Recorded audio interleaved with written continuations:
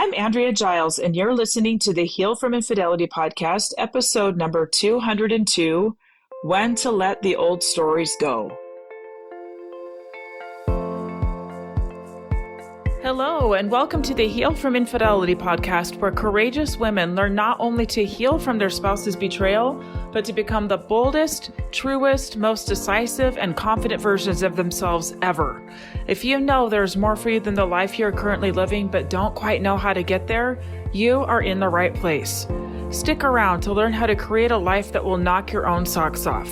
Is it possible? It is, and I'm here to show you how. I'm your host, Andrea Giles. Are you ready? Let's dive in.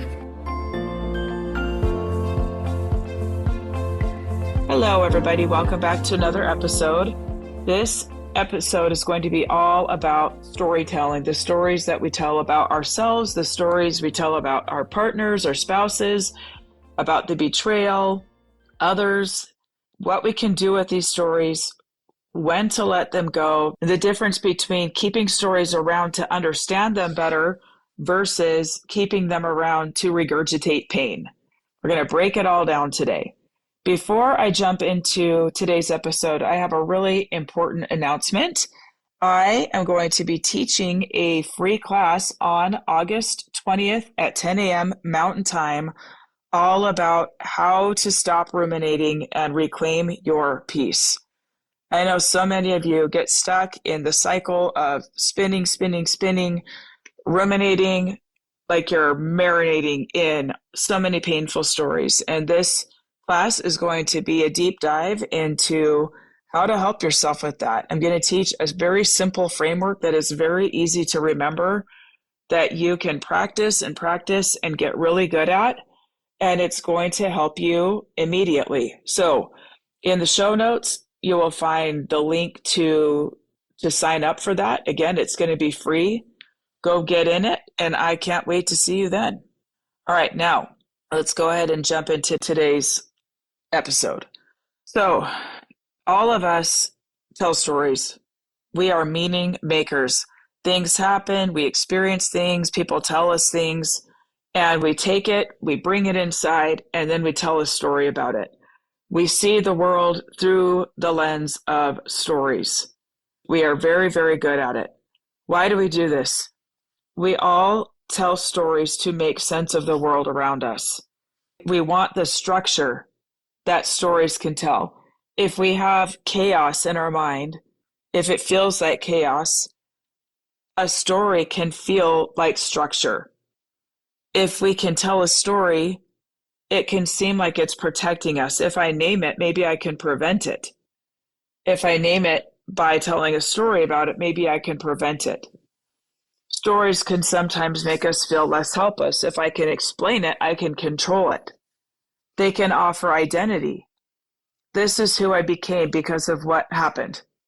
We try to tell stories and understand things as a way to get out of pain. But the thing that often happens is that the very stories that we are telling are creating more pain. Some stories are perpetuating pain. Some stories are stalling us out and keeping us halted on our path of healing. Sometimes stories can be used as a lifeline. Sometimes understanding a story that we're telling can be a lifeline to help us understand something. But over time, that same story can become a leash that keeps us tethered from the places that we want to go and the growth that we want to experience. Okay, so now let's jump into the difference between exploring stories and repeating stories. Exploring a story is rooted in curiosity, in reflection, in self-awareness. It moves, it evolves, there's a genuine curiosity in it. We want to understand it. We want to know. We want to dig deeper. We might notice a thought that we have, and as you learn how to study your own mind, study your own thoughts, which is something that I teach my clients to do, you can kind of pull a thread of going, okay, this is the thought that I'm having. What's the deeper meaning here? And then pulling on that, what's the deeper meaning there? And for most people, there's usually some kind of core wound or core story that you're alone, that you're not enough, that you will be abandoned, that kind of thing. And as we get better at exploring this, the goal is to be able to release it, right? But often, what we do when we let a story stick around for too long, like we've explored it, we know it like the back of our hand, is that we find that we're repeating it because there's a way that we can blame others. There's a way that we can have some kind of certainty or some kind of identity with that story that pretends to keep us safe. It might create some emotional reactivation in us that feels like protection, that keeps us from deeper work, deeper vulnerability. And this loop is just regurgitating that pain rather than helping us to release it. The whole point of deep diving into our own stories, into our own pain, is so that we can heal it, so we can release it. But sometimes that very work can create a loop-like effect where we know the story well, we can jump to it anytime on demand and regurgitate it. And this episode is about when to challenge that and when to just decide that you've had enough and that you're done telling that story. Okay. So, for example, for those of you who have been betrayed, you may have a story such as this: he never loved me. I was always second best. Or, why was I not enough for him to figure this out or to do the work? Or, I was such an idiot to give him another chance and stay. Or, I'll never be able to trust again. Or, variations of that theme of I must not have been enough, or it wouldn't have happened. Now, saying those things on repeat obviously is going to create a lot of pain, right? I want you to imagine a loop. It's just going round and round like a hamster on a wheel, round and round and round. It's just creating this painful, painful loop that you keep punching yourself in the face with. Exploring can take you out of that loop. It can bust holes in that loop and move you in a different direction. I'm noticing that I still feel unchosen when he does X, Y, and Z, when he's on his phone, when he's distracted, when he's got a tone that feels not as soft as usual. We can ask questions like, I wonder why that moment still holds so much charge for me. We can look at moments, we can look at interactions, we can look at a location, things like that, and go, why does that moment still hold so much charge for me? We can ask, I see how this story shaped me. What do I want to choose now? Repeating, ask questions like, how do I survive this? How do I survive this story? Exploring, ask, how do I grow from this? How do I move? How do I take this and turn it into growth? Now, there are stories that we are telling about them that are affecting us now. Some of these stories are, I want to say, not right, wrong, or indifferent. They're just stories, okay? There's no judgment here. The biggest question that I have is when you are telling these stories, how does it feel in your body? Okay, I'll give you an example. I remember one time sitting in a group therapy session with a betrayal trauma therapist, and she wrote on the board the addiction cycle in people, especially around sexual addiction, sexual behaviors. And she wrote it on the board. And she wrote about what the people living with that person might experience, might notice. I remember sitting there going, oh my gosh, it's like she's in my head. This is what I experienced. And it was so validating to just to see it on a board. Like, I'm not crazy. Like, that experience that I had was very typical, like textbook of somebody who's in addictive behaviors and being married to that person. It was very validating. Okay. Now, that same story of, let's call it sexual addiction, or he had sexual addictive tendencies, could create a very different emotional response in anybody.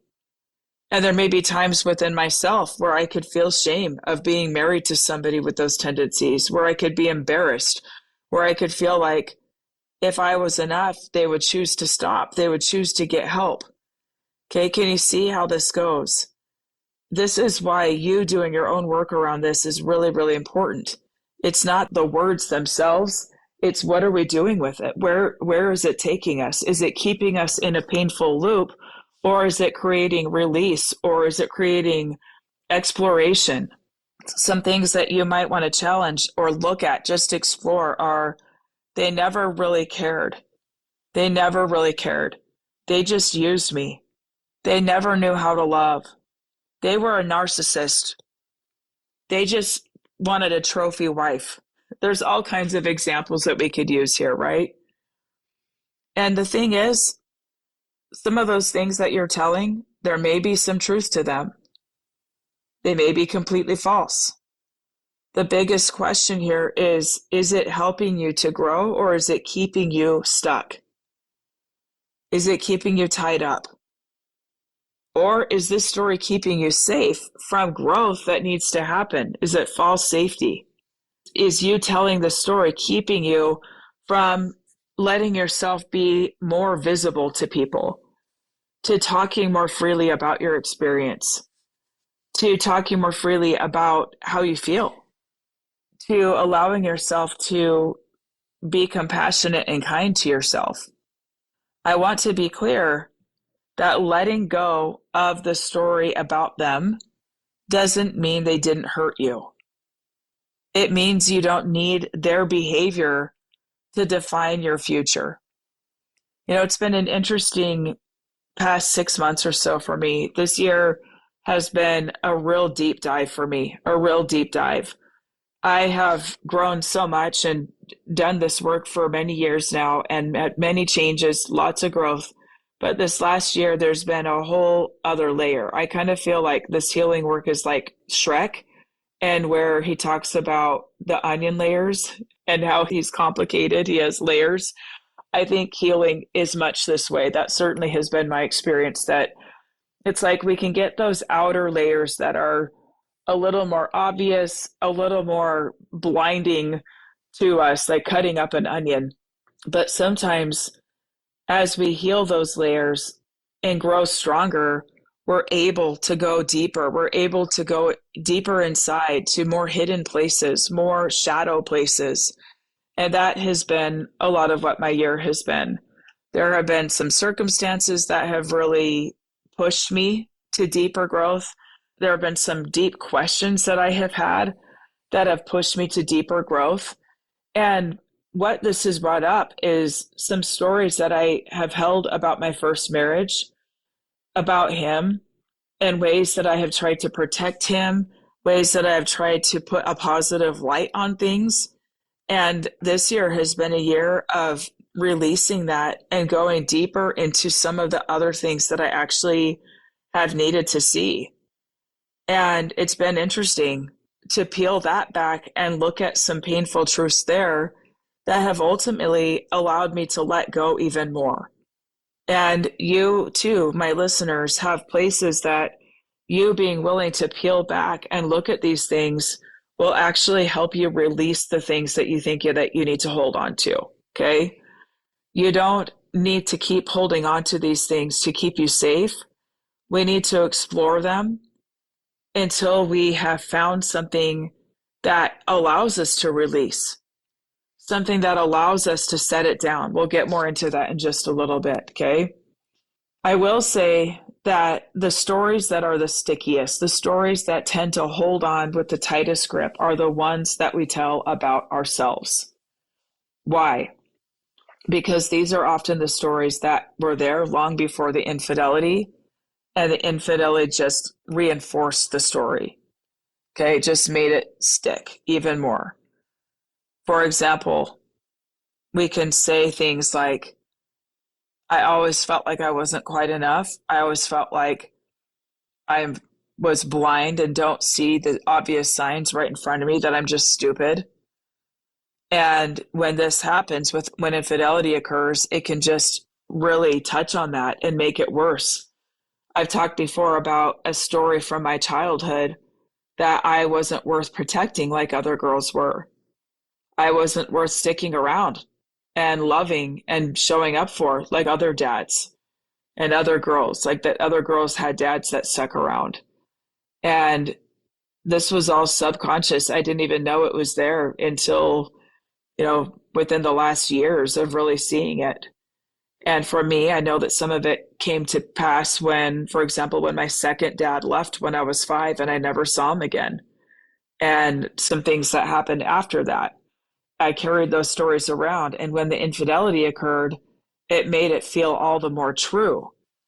And a lot of my work has been really exploring that, examining that, and facing the pain of those stories while also simultaneously exploring the origins and then deciding what I want to think about it.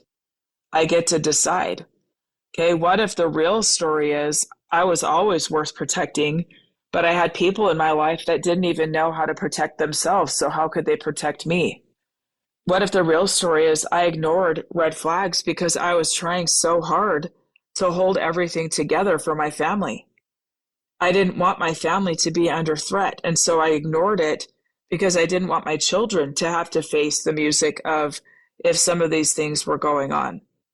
What if the real story is I kept hoping because I loved deeply, because I cared deeply about this person? I didn't want to see this side of them because I cared about them and wanted to give them the benefit of the doubt. What if the real story is I did the absolute best I could with what I knew? What if that's the real story? What about the relationship? We could think it was all a lie. Nothing was real. We were never really connected. It was all fake. If this hadn't happened, we'd still be happy. Okay? These are some common stories that we tell, and some things that we can get to and hold that can shift that are there was love and there was harm. We had beautiful moments, and there were also warning signs and difficult moments. We can hold, I wish it hadn't happened, and I'm growing because it did. We can hold both at the same time. Now, the most important part of this is how to know when it's time to let go. Here's a really important thing. Please listen. Please turn this up. You don't need to let go of a story the moment that it forms. Some stories need time. Some stories need space. Some stories need tenderness and loving care. But there is a time when the story has served its purpose and you can feel it. You can feel that it only is bringing harm, not further understanding, not further curiosity, not further knowing. You can feel it and you can decide to let it go.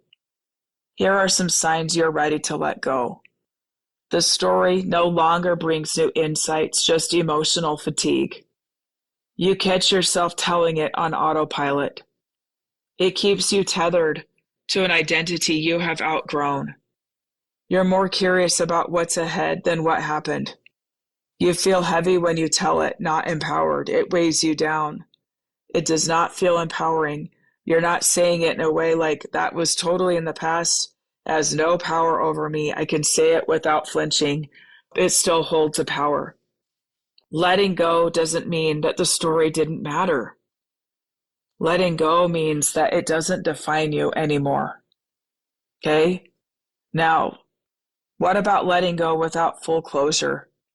Many people wait for the full truth from somebody else, for an apology, for some kind of justice, for somebody to really acknowledge that they helped contribute to this story.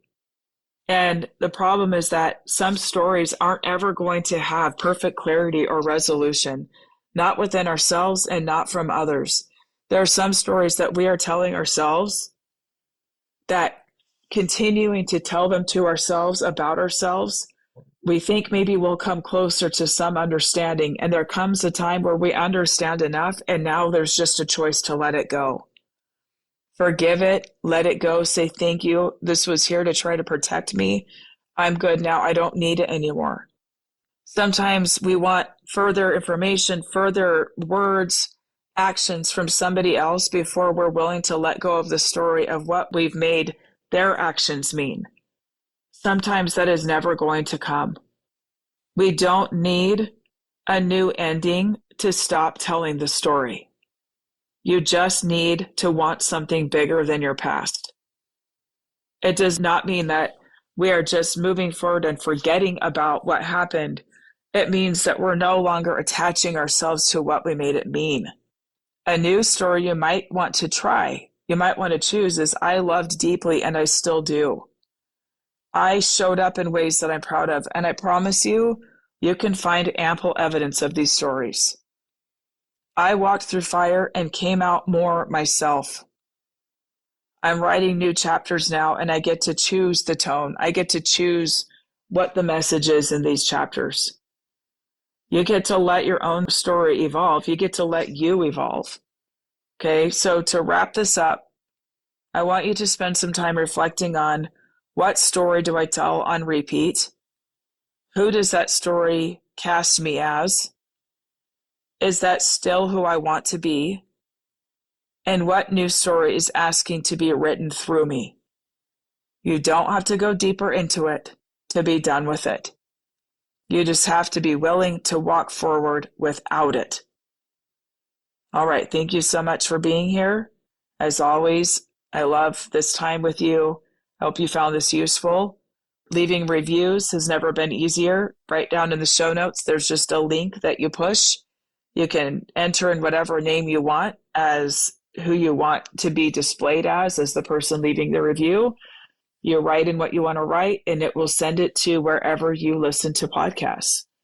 I ask that you take the time to do that. It is so helpful to me. It's so helpful to other listeners. Thank you so much, and have a great day.